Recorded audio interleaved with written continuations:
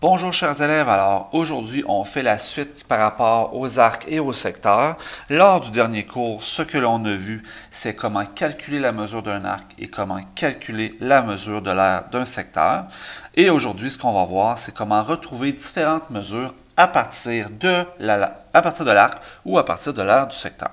On va commencer par un exemple et par la suite, on va tout réorganiser ça pour que ça fasse plus de sens et que vous sachiez où vous enlignez. Donc, dans un cercle ayant un diamètre de 25 cm, un secteur a une aire de 24,54 cm². Quelle est la mesure de l'angle au centre AOB interceptant ce secteur? Donc, je vais me prendre un petit espace à droite pour noter qu'est-ce que j'ai. Donc, je connais le diamètre qui vaut 25 cm et je connais secteur a une aire, donc l'aire du secteur qui est de 24,54 cm². Et là, je veux la mesure de l'angle. Mon questionnement, c'est comment est-ce que je vais faire ça? Donc, moi, ce que j'ai vu dans le dernier cours, c'est une seule formule qui implique l'aire du secteur. Donc, la formule, je me la note ici à droite, c'est que l'angle sur 360, donc l'angle au centre sur 360 degrés, est égal à l'aire du secteur sur l'aire du disque. Donc, l'important, c'est ce que j'ai, en fait. Donc, qu'est-ce que j'ai? J'ai l'aire du secteur, et l'aire du secteur se retrouve seulement dans cette proportion-là. Donc, cette proportion-là, qu'est-ce que je connais? Je vais le mettre en jaune. Je connais 360 degrés, bien entendu. Je connais l'aire du secteur. Qu'est-ce que je cherche? Je cherche l'angle au centre. Qu'est-ce qui me manque pour pouvoir le trouver? Il me manque l'aire du disque. Et est-ce que je suis capable de trouver l'aire du disque? Oui, car je connais le diamètre. Donc, ma première étape, parce que je veux trouver la mesure de l'angle et que je connais l'aire du secteur, c'est de trouver l'aire du disque. Donc, ma première étape, c'est de trouver l'aire du disque. Pour trouver l'aire du disque, je vais utiliser la formule de l'aire à partir de mon diamètre. Donc, premièrement des choses, si j'ai mon diamètre, je peux trouver mon rayon. Le rayon, c'est 25 divisé par 2, ce qui va me donner 12,5 cm. Maintenant, j'ai mon rayon, je peux trouver l'aire du disque. A égale pi fois rayon au carré. A égale pi fois 12,5 au carré. Et on va calculer pi fois 12,5 à la 2, ce qui va me donner 490,87. Donc, environ égal 490,87 cm². Donc, ça, c'est l'aire de mon disque au complet. C'est A petit d. Donc, une fois que j'ai ça, qu'est-ce que je peux faire? Bien là, je suis capable de faire ma proportion et de retrouver mon angle. Parce que dans une proportion, je peux trouver n'importe quelle valeur si je connais les trois autres. Donc, par exemple, ici, si je veux trouver l'angle, ça me prend l'aire du secteur et l'aire du disque.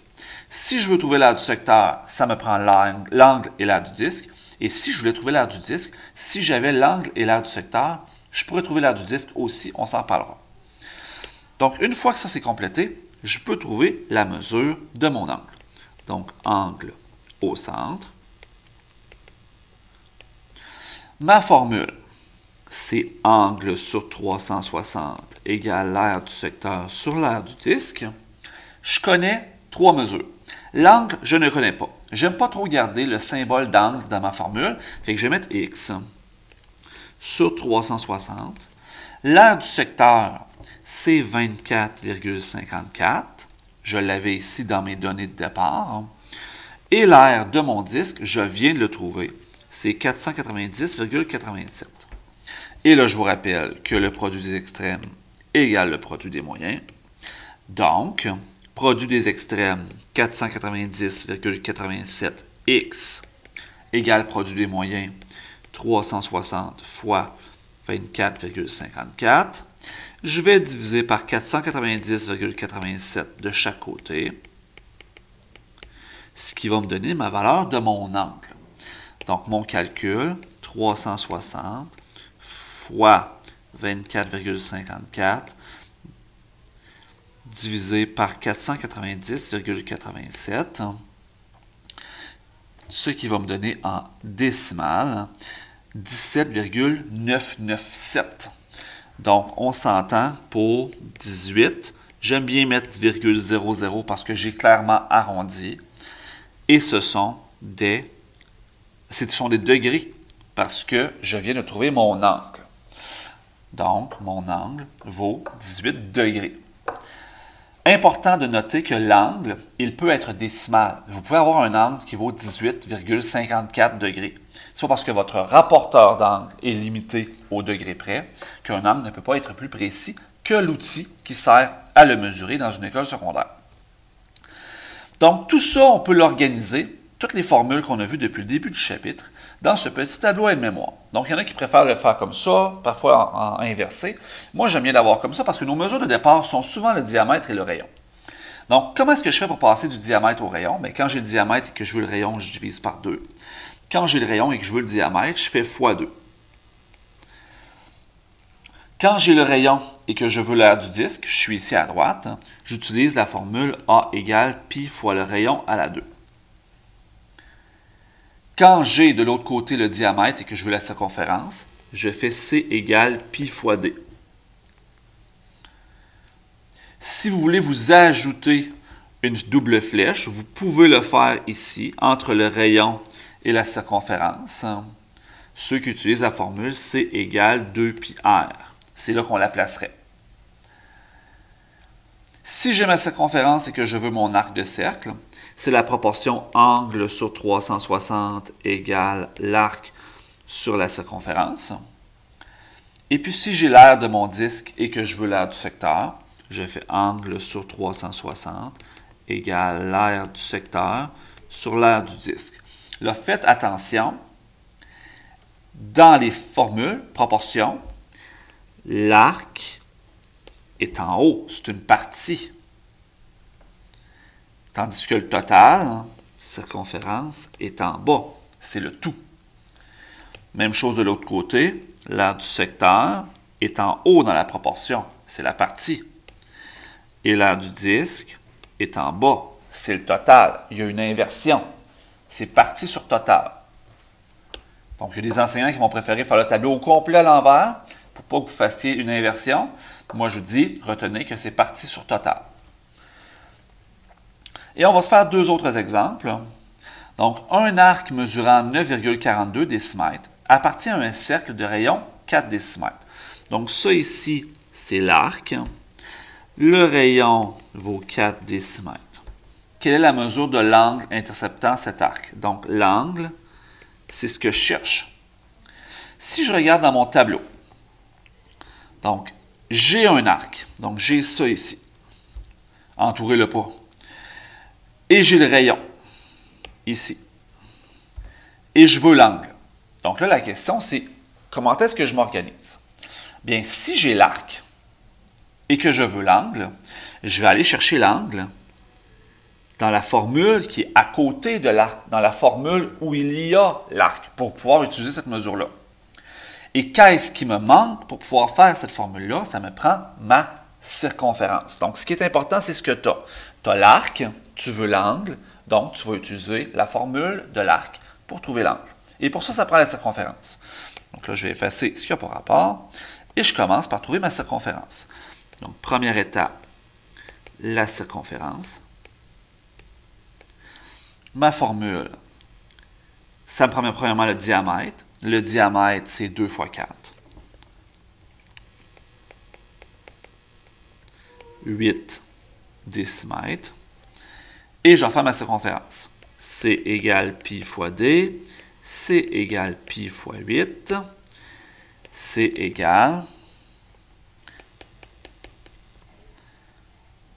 25,13 décimètres. Une fois que ça c'est fait, deuxième étape, là je suis capable de trouver mon angle. Donc l'angle au centre. La formule, ou plutôt la proportion, c'est que l'angle sur 360 égale l'arc sur la circonférence. Mon angle, je ne connais pas, donc x sur 360. Mon arc était dans la question, 9,42, sur ma circonférence que je viens de trouver, 25,13. Et je vais pouvoir faire ma proportion avec un produit croisé, produit des moyens, produit des extrêmes. Donc, on va dire que 25,13x est égal à 360 fois 9,42. Je vais diviser par 25,13 de chaque côté pour obtenir ma valeur de mon angle, qui va être 360 fois 9,42 divisé par 25,13. Ce qui va me donner 134,95. 134,95 degrés. Bon, donc ma réponse 134,95 degrés, c'est fort possible que lorsque j'ai conçu la question, j'avais l'intention que l'angle vale 135 degrés. Cependant, l'arc que je vous ai donné, 9,42, c'est une valeur qui est arrondie. Le 25,13, qui est ma circonférence, c'est aussi une valeur arrondie. Donc, à cause de ces divers arrondissements-là, j'ai perdu la précision et on recherche 134,95 degrés. On se fait un dernier exemple pour compléter et bien saisir qu'est-ce qu'on a à faire. Quel est l'aire d'un cercle, dont l'arc de 85 degrés mesure 53,41 mm. Donc là, j'ai l'arc en degrés et en centimètres ou en millimètres. En millimètres ici. Donc, je vais regarder ce que je peux faire avec ça. J'ai un arc en degrés et ça mesure en millimètres. Je vais utiliser la formule de l'arc, nécessairement. Donc, première étape, je ne sais pas qu'est-ce que je vais trouver, mais je vais utiliser la formule angle sur 360 égale l'arc sur la circonférence. Je connais quoi? Je connais l'angle en degrés, donc 85 sur 360. Je connais mon arc aussi, qui est 53,41. Donc, nécessairement, je vais trouver ma circonférence. Donc, ma première étape, c'est de trouver la circonférence. On va faire un produit croisé, produit des extrêmes, produit des moyens. 85 fois C égale 360 fois 53,41. Je vais diviser par 85. Ça me donne une circonférence qui vaut 360 fois 53,41 divisé par 85. Et ça va être 226,21. Donc 226,21, ce sont des millimètres. Car c'est parce que mon arc était en millimètres. Là, j'ai ma circonférence. Et moi, je veux l'aire. Bien là, on revient dans des choses qu'on a faites vraiment il y a quelques cours. J'ai ma circonférence, je veux mon aire. Je vais commencer avec ma circonférence par trouver mon diamètre et mon rayon. Donc, deuxième étape, on va trouver le diamètre et tant qu'à faire le rayon. C'est C égale pi fois D. J'ai ma circonférence, 226,21 égale pi fois D. Je vais diviser par pi de chaque côté. Et ça va me donner mon diamètre qui va valoir 226,21 divisé par pi. Ce qui va valoir 72. Donc 72,00 mm. Donc mon rayon vaut la moitié. 36 mm sera mon rayon. Et avec ça, ben, je peux trouver mon aire. Donc troisième étape, on va trouver l'aire du disque. En faisant A égale pi fois rayon à la 2, A égale pi fois 36 à la 2, et pi fois 36 à la 2. Là, on ne fera pas de saut, ça va être un grand nombre quand même. 4071,50. 4071,50 mm².